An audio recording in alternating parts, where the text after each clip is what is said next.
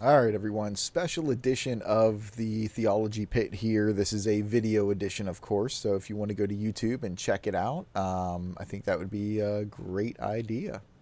So stay tuned. You've fallen into the theology pit. Theology pit. You've fallen in the theology pit.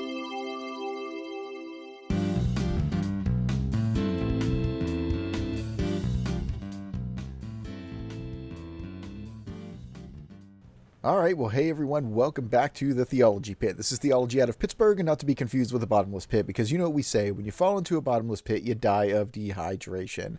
I'm your friendly neighborhood host, podcaster, theologian, pastor, the Reverend Samson Kovacs, coming back at you with another Theology Pit. Now, today,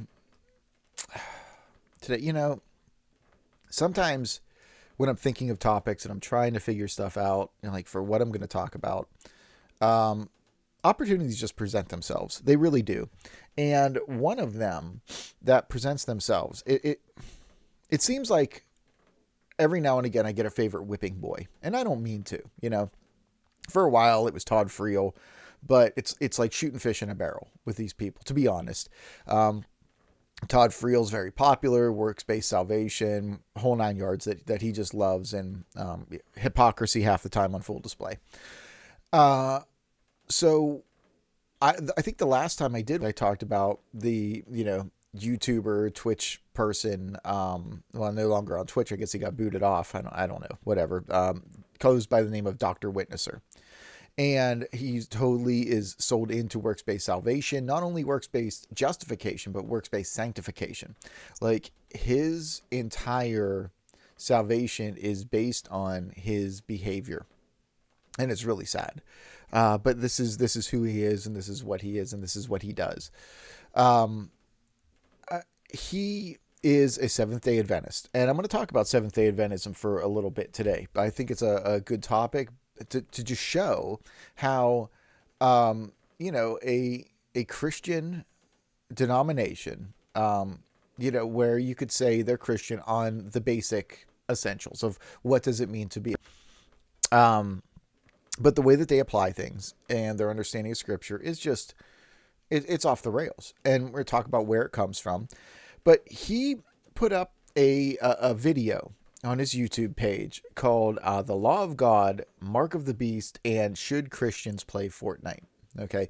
As soon as I saw that title, as soon as I saw it, I immediately knew what he was going to be talking about. I knew immediately what he'd say. All right. The law of God, as soon as he starts talking about that immediately comes into what's understanding of a theonomy.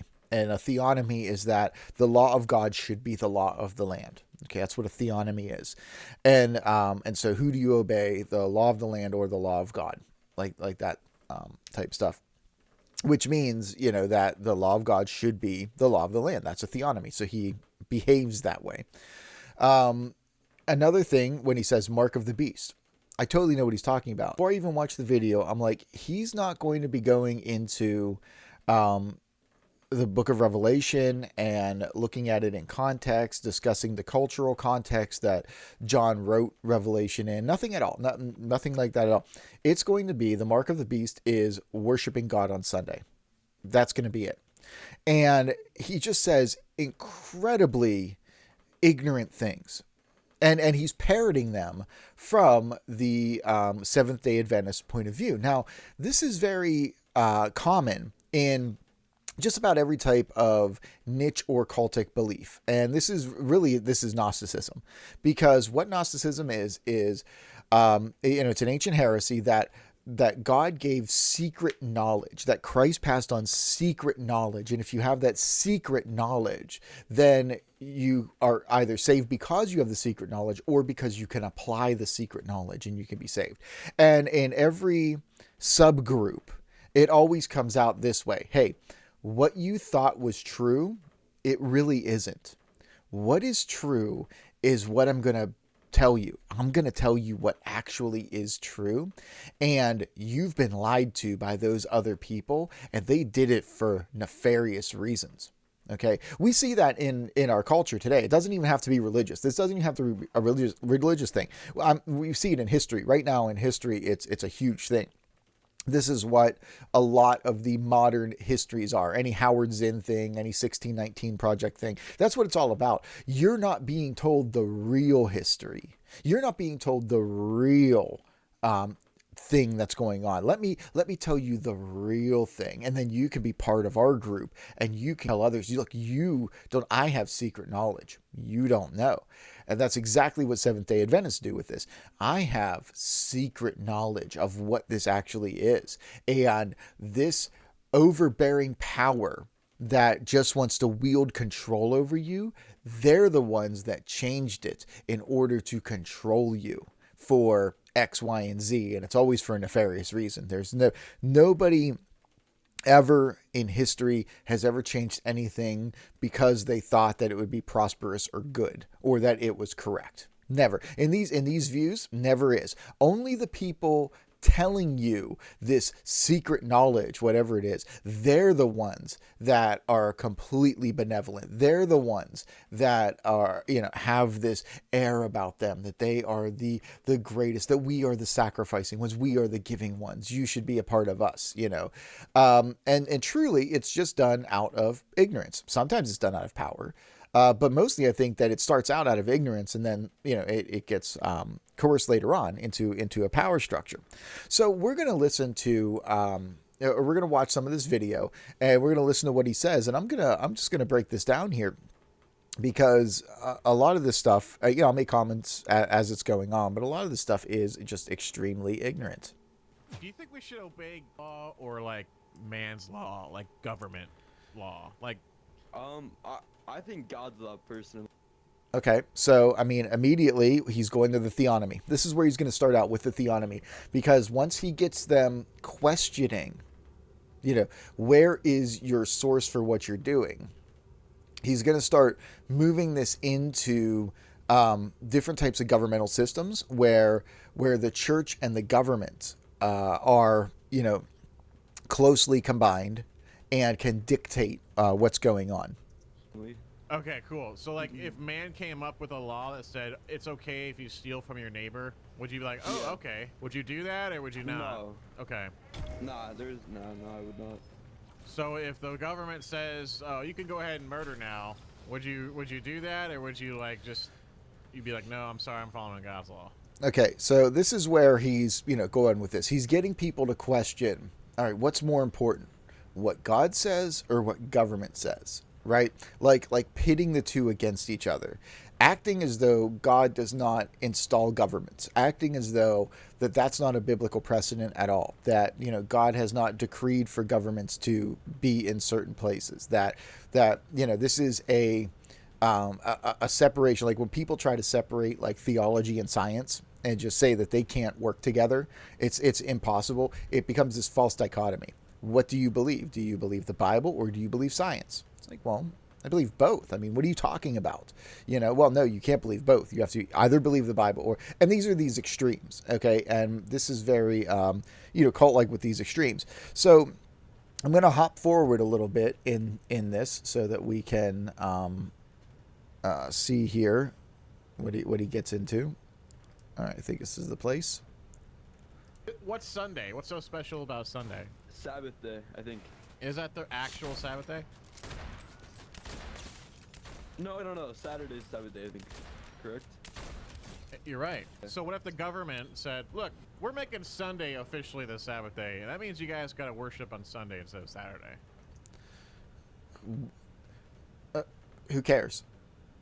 I mean, we're going to see why that matters. But honestly, the government coming in and saying, well, you can only worship on Sunday. I mean, it's technically problematic, but the point that he's getting at is picking Sunday. Like, why doesn't he? This is interesting because he doesn't say, what if the government came in and said you can only worship on Friday? Or you can only worship on Wednesday? Or you can only worship on Saturday? Imagine that. No, he doesn't. He goes for Sunday because he's being very tactical in the way that he is approaching this. First, he's getting you to question the false dichotomy between government and government law and God law. And then he's bringing you into, what if the government said that you have to worship on Sunday? Oh, because we know that's wrong, right? And so and so this is where he's going. Now people are questioning that. Oh yeah, well, I'm not going to follow him. Yeah, I'll follow God's law, and why? So let's continue on here. I'd probably ignore it because didn't God say just Sunday or Saturday was the Sabbath day? He did. Yeah. Okay. Yeah. What if they said that if you don't worship or declare a church that you go to that has Sunday worship, if you don't like register for a Sunday worshiping church or something like that. If you don't register for a Sunday worshiping church or something like that, notice that he's making a distinction. There are Sunday worshiping churches, but then there are other types of churches that worship on other days. See, now he's making a us-them distinction. He's separating it. He's showing his hand at this point. If you know he's a Seventh Day Adventist and you know about that movement and that belief, notice what he's doing. Notice how he's kind of dropping in these little well poisoning tablets as he's moving along, saying, yeah, this is no Sunday. If you don't register for a Sunday worshiping church, then you can't. Now listen to this. Listen to where he goes with this. That you don't get to buy anything or sell anything. Like that. Like you don't get to buy anything or sell anything. Where's he pulling that from? Why would that even be a thing? Oh, I know. Because in Revelation 13, it talks about you cannot, buy or sell unless you have the mark of the beast. Oh, okay. So then let's move this into this arbitrary date that we picked of Sunday and not Saturday, and let's start making this a mark of the beast type thing. If you don't register for, according to the government, a Sunday worshiping church, you cannot buy or sell. This starts getting like so unbelievable at this point. And people are just like, he's stringing them along. Like he's being very crafty and stringing them along, but it's very disingenuous. Okay, this is extremely disingenuous. But listen to where he goes. Have a registry, and they say, okay, so-and-so registered, that means you could buy and sell. I actually have no clue. I'd have to think about that. Well, let me give you a hint. That would be a bad choice because Saturday is the Sabbath of the Lord, like you said, right? And if the government tries to force you to keep Sunday the Sabbath, then that's the mark. If the government tried to force you to keep Sunday as the Sabbath, that is the mark of the beast. There you have it. When Christ came to fulfill the law, he did not do away with the law, as he said. He fulfilled it. And fulfilling the law, he went above and beyond. When he said, thou shalt not murder, he went so far as that even if you think about it, you're guilty of it. You don't even have to do the action. Like it's that encompassing, which means to worship on the Sabbath, remember the Sabbath and keep. How do you expand on that? Because this is an expansion thing that Christ is doing. It's his fulfillment. Guess what? Jesus Christ is our Sabbath day rest, which means every day is holy to God. Every day is the Sabbath in Christ. We are to worship every single day. This is not a pick and choose worship like he's trying to make it out to be, because if you ask him, so you only worship God on Saturday, you don't worship God 6 days a week, only 1 day a week. You do nothing that is worshipful. You do not honor God in any way. You do not give him worship in any way. He would say no, because he's been a Christian for all of 3 years, as far as I know at this point, and on 2021 here, and he is just going off of what he sees, what he's been told, and he's being spoon fed the Seventh Day Adventist type garbage. And Adventists are not known for their scholarship. Okay, they are. They're very close to Pentecostals, to charismatic Pentecostals, who much more for their what is it? Their why is the word escaping me? Their emotionalism. Okay, how they feel and stuff. They're not known for their scholarly works. Okay, that's not what they get known for, and it's not like a slight at them. I'm just saying. I mean, because there are some, Pentecostals that are very brilliant scholars, very good scholars, charismatic, that are, very academic. Wayne Grudem would be one of them. And Seventh Day Adventists may have the same type of thing, but they have to toe the line. Okay, Pentecostalism is a denomination where it's a identifying factor of a denomination, where Seventh-day Adventism is very particular, and you have to hold to certain things or you're not considered an Adventist. Now, because of this, they don't know history. They don't know where they come from. They don't know where anything comes from. They are very, very ignorant of history and of the majority of it. Seventh-day Adventism started in the 19th century. Now, in the 19th century in America, because, the Second War of Independence had just died down, okay? You had the War of 1812, which was like the backlash, okay? You're about a generation away from, the ratification of the U.S. Constitution. I think it was in 1789. And so people are starting to look at, okay, I have this freedom now. And one of the freedoms that I have is that the government does not establish a religion. I can establish a religion. And so at this point, right, you start getting all these wild-eyed, doomsday people coming out who have secret knowledge. They all have secret knowledge. They've all been given secret knowledge about something in order to be saved or to know to be saved. And one of the first ones to pop up is, of course, Joseph Smith and the Mormons. And so, the Mormonism really starts moving. So Joseph Smith, this was during the 1820s. He died in the 1844. He died. And so he, is really like kicking off this whole crazy questioning of, I found these secret golden tablets and with neo-hieroglyphics and used my magic spectacles in order to, or my seer rock to translate them, blah, blah, blah, all this other stuff. All right. And so then after that, you had the Adventists that came along, and the Adventists were very big on end times prophecy. Okay. They're eschatomaniacs. Eschatology is the study of the end times. They're eschatomaniacs. Okay. The second Advent is coming. Okay. Christ is going to return. So they are very preoccupied in a futurist type of dispensational eschatology, that things in the future are going to occur. All these certain things are going to happen. And these Adventists, because of their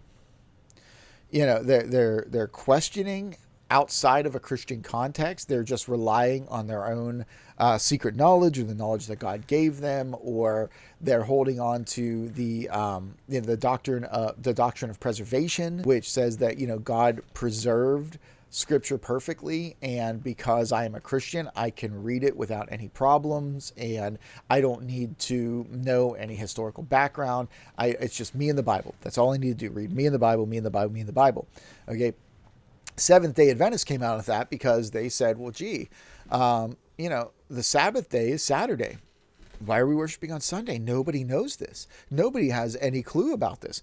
And so, through them, they formed in, let's see what the right date, the 1860s, was their formal thing. Out of them came the Jehovah's Witnesses, of course, in the late 1870s. They all, and Joseph Smith was influenced by an Adventist. Okay. He was, he didn't understand theology. He didn't understand the Bible. He didn't understand what the church was teaching at all.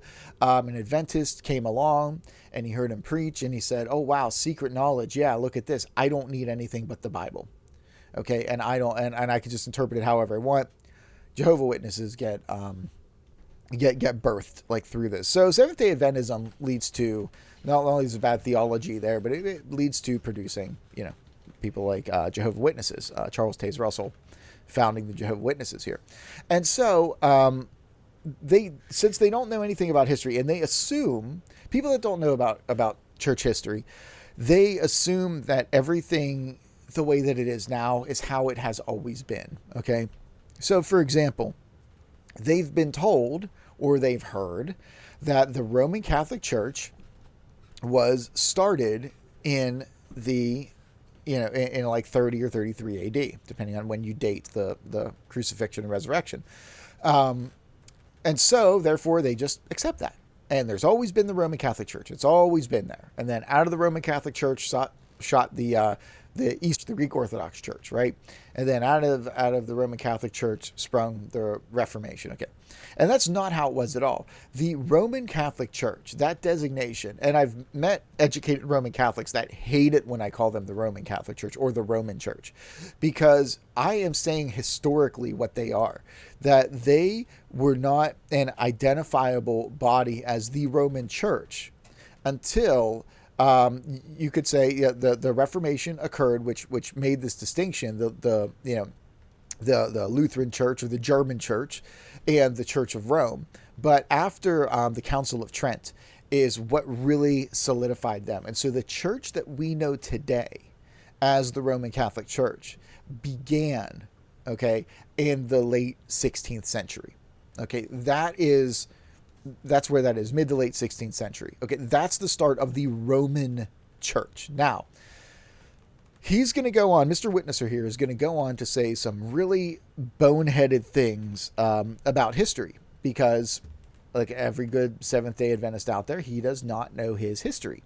And he doesn't care to know his. He knows hyperbole, he knows sound bites, and that's simply what he's going to talk about, because that's what he knows. Okay, I want to make that clear, because that becomes the issue. All right, and he's going to talk about the power that the Roman Catholic Church had, and I'll talk about that in a minute once we go back to this. So let's take a listen. Sabbath day is Saturday. Saturday, okay. Yeah, but guess what? The Catholic Church What? will be like, well, we changed it to Sunday. The Catholic Church was like, well, we changed it to Sunday. Really? That's the claim that the Catholic Church makes. I would like to see that. I would like to see where in Roman Catholic writings, okay, in the canons of the Roman Catholic Church, where they made the decision Sunday, that's going to be the day that we say is the Sabbath. I would really like to see that. They changed it to Sunday. Because Satan runs the church. Yeah. Satan runs the church. It's the Catholic Church. It's run by Satan. That's it? Like that's the answer. Well, why did they change it? Well, Satan runs it. That's why Satan runs it. Oh. The guy's Satan like, all wants to right. counterfeit- Satan wants to everything God does, so he doesn't have his Sabbath, so he made one. He did it through a power, and that power is the Roman Catholic Church. He did it through power that is the Roman Catholic Church. When did that occur? When did that happen? I would really, really like to know when that happened. This is going into a lot of Bible study that I didn't mean to go into, but I'm just saying that it's This has gone into no Bible study at all. it's not Sunday. The church changed it to Sunday, and their excuse was, well, we changed it to Sunday, and the proof that we have the authority to Okay, so he was going to say that we have the authority to change it, to prove that we in some way are greater than God, in some way that we are better than God, and therefore this is, we can do this kind of thing. Now, this is, I don't know how much more of this that I want to play, because this is extremely ignorant, and I don't know, maybe it's that he just hasn't read the Bible completely. I don't know, or maybe he doesn't like pay attention at all. But I just want you to take a look at this, because first off, even if you grant the Roman Catholic Church has been in existence, okay, since Peter walked the earth, okay, and he was the first pope. Even if you make that argument, you still have like 250 years at least of the church having zero power. Okay, Christianity within the Greco-Roman world was not allowed to be a legal religion until the Edict of Milan was signed in 313 AD. Okay, by Constantine. That's when Christianity was allowed to exist, allowed to be legal. Okay, and so the church didn't really grab a foothold within the government, so to speak, of a government establishing it as the church of the land until the early 5th century. And the first time the church had real political power, I would argue would be the Papal-Frankish alliance in the 8th or 9th century.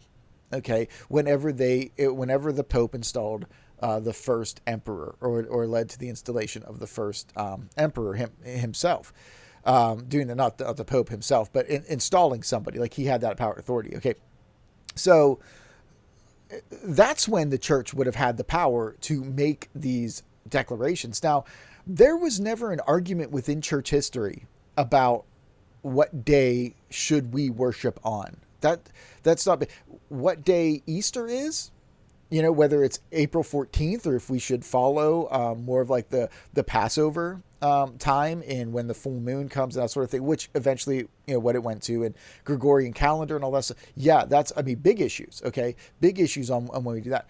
The day of worship? No, it's not there. And you want to know why?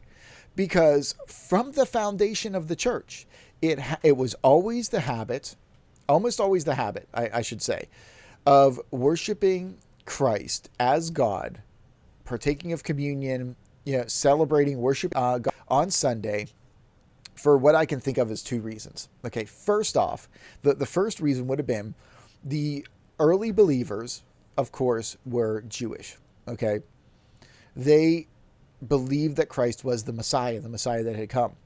This didn't mean that they were abandoning their Jewishness. Christ went to services. He went to synagogue. They would go to synagogue. They still celebrated the feasts, that God instilled. They were Jewish. All right. You're not going to have a rival service for no reason against what God has established on the Sabbath day. Why would you do that? Okay, that's number one. Number two, our Lord was raised on Sunday, on the first day of the week. Okay, it is to commemorate the first day. Okay, this is when everything is renewed. It's like the start of the recreation week.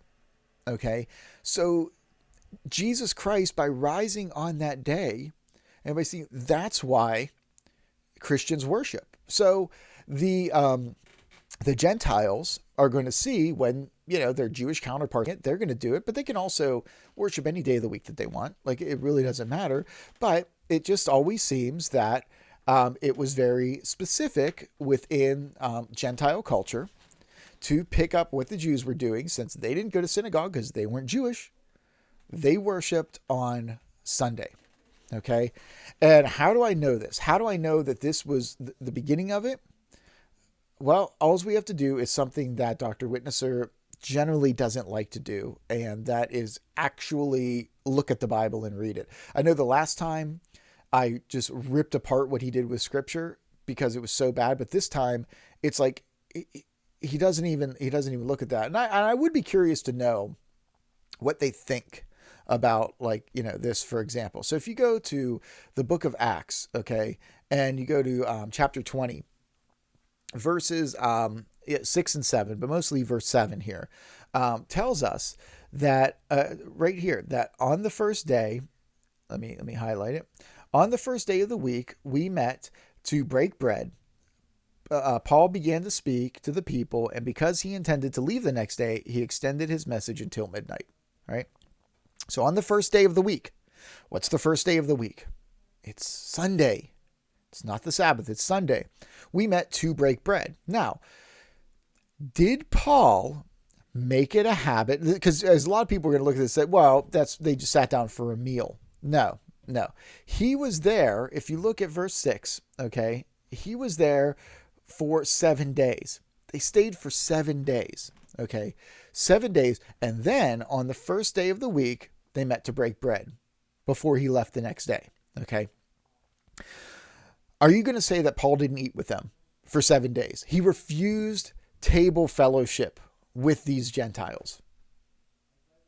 No, not at all. This time period here in Acts is between, depending on, like I said, depending on when you date the resurrection, is either going to be like 54 or 60 AD, because it's a 3-year window, either way. Okay. But I think we could safely say like 57 AD and just be like, yeah, okay with that. He had already written to the Galatians. I argue that Galatians is the first letter that he wrote. Some people say First Thessalonians was the first letter that Paul wrote. Regardless, doesn't matter. Either one, the letter to the Galatians was very early. If it was the second letter or the third, doesn't matter. It was well before this. Okay, we're talking at least 10, 12, maybe 15 years before this scene right here occurs, this scenario.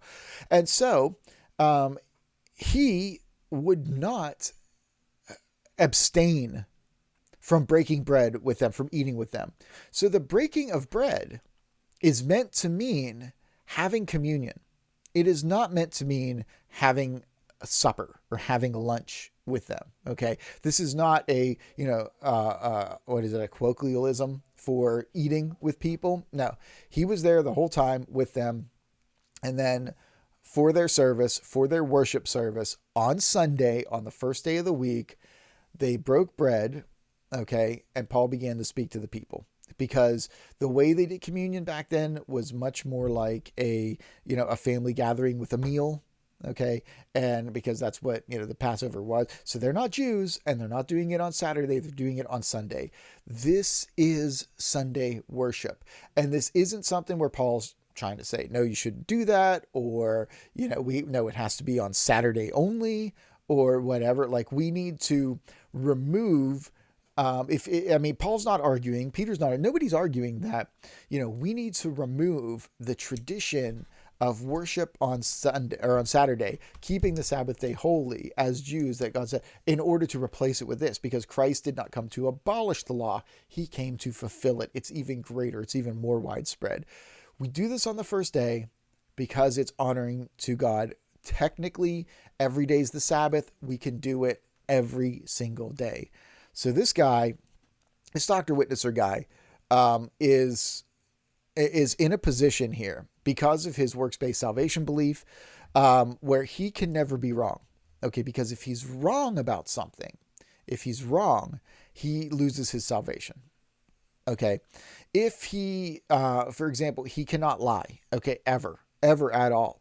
Okay, so if he is shown to have lied, he will go and he will have a conniption fit over it. And he did a video where somebody said that he lied about something, all right, telling a Muslim kid that he was going to hell. And he said, well, I didn't tell the Muslim kid that he was going to hell. I said that if he didn't believe in Christ, he was going to hell. But I didn't say that I knew definitely that he was going to hell. Fine line. I get it. He's saying, I'm not proclaiming this kid to go to hell. I'm just telling him, without Christ, as a Muslim, you're going to hell. All right. And it's still harsh. It's still fine. You shouldn't say that to kids of other faiths. There's a different way. That's what got him booted off Twitch. That's what got him in a lot of trouble. And so somebody said that, he lied by saying that. And he went back and showed all these videos. He did this whole enormous video just on this, not on what the guy was saying about him, but making the point, I got to clear my name. I did not lie. I am not a liar. I don't lie. I don't. And it's just like, dude, if somebody did that to me, I'd be like, yeah, I didn't. Yeah, no, he took that out of context. I didn't say that. But this guy was adamant that everybody believes that he does not lie, because no, if he lies, if he said a lie, Well, he has no hope of salvation because his faith is in his works and what he does. His faith is not in what Christ has done. And that's the difference. Even though he is saved and redeemed through Christ, regardless of his bad theology, regardless of what he thinks, he can believe it's based on his works all day long. He's just going to, be sad when, in the eschaton, whenever, all of his good works are burned up. And he's like, oh, it wasn't by my good works, it's just by Christ. Oh, wow. And then I went around and told everybody that, it was by their good works that they're going to be, saved or whatever. But that doesn't negate his salvation. That just means he's a bad Christian. And he really is, because he's immature and he's in a bad denomination that teaches, bad theology. But biblically, like, he doesn't go to the Bible to try and figure out when the, Christians worship and who changed it. This is not the Roman Catholic Church, okay? This is just the church. This is just how the church did things, okay? I mean, Paul probably didn't make this up at all. He probably inherited it because he wasn't a Christian right off the bat. This is just something that came about in when they worshiped the risen Christ. And it's so sad to see like that kind of stuff go on. I'm not even going to show any more of the video, because he gets into should Christians play Fortnite, and his answer is no. And he's like, but I'm not a hypocrite because I only play Fortnite in order to tell people about the gospel. And that'd be like me saying, yeah, you know what? You shouldn't drink, or you shouldn't get drunk. I only go to bars and get drunk to tell other people about the gospel. So it's cool for me, but not for thee. So, a Dr. Witnesser is another good example of, people with little to no education getting a huge following, in my opinion, a huge following online. His YouTube page, he has 14.3 thousand subscribers. So he has over 14,000 people that tune into this. And so far, 1,000 people have seen this video, have watched this video. And on Twitch, I know he had a ton on Twitch also. So he's very influential with this. And,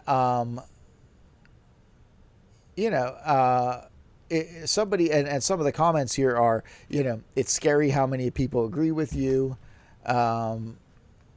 Let me see here. I don't know. Yeah, I'm just trying to see what some of them had. Mostly it's the comments on the Fortnite thing, and not so much on the content of theology. Imagine that. But again, it's a big eschatology thing. It's a big theonomy thing. And, keep a watch out for stuff like that. When people come up to you and say, hey, I have secret knowledge, that, you shouldn't be doing this in anything, and so therefore here's what you should believe, and not those other people that have always thought and believe that stuff, because they're wrong. You need to follow us. And that's actually Satan.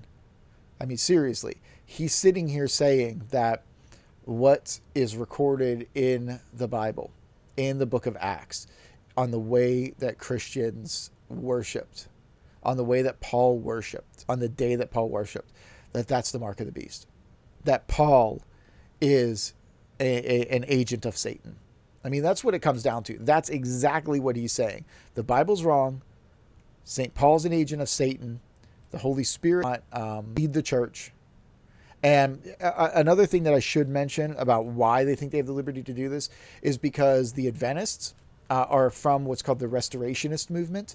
And the Restorationist movement believed that the gospel was lost very early on, and it wasn't until the 19th century, late 19th century, early 20th century, that the gospel was rediscovered, and we actually have the truth. Okay. And when you come from a movement like that, you just wipe away all of church history, because God can't control history. God can't lead his church. All right. God's not capable of doing that. And that is a very bad place to be in. He will never realize this. He will never acknowledge this because of the implications of his own soteriology. So, hey, everyone, thanks for listening to the Theology Pit. Thanks for, being here. I still have not made an outro. I need to do that. And for the podcast, of course, this is going to go a little bit longer than it normally does. But thank you so much for being here and listening. And now it is definitely time to close down the pit. Thank you. You've fallen into the theology pit. You've fallen in the theology pit.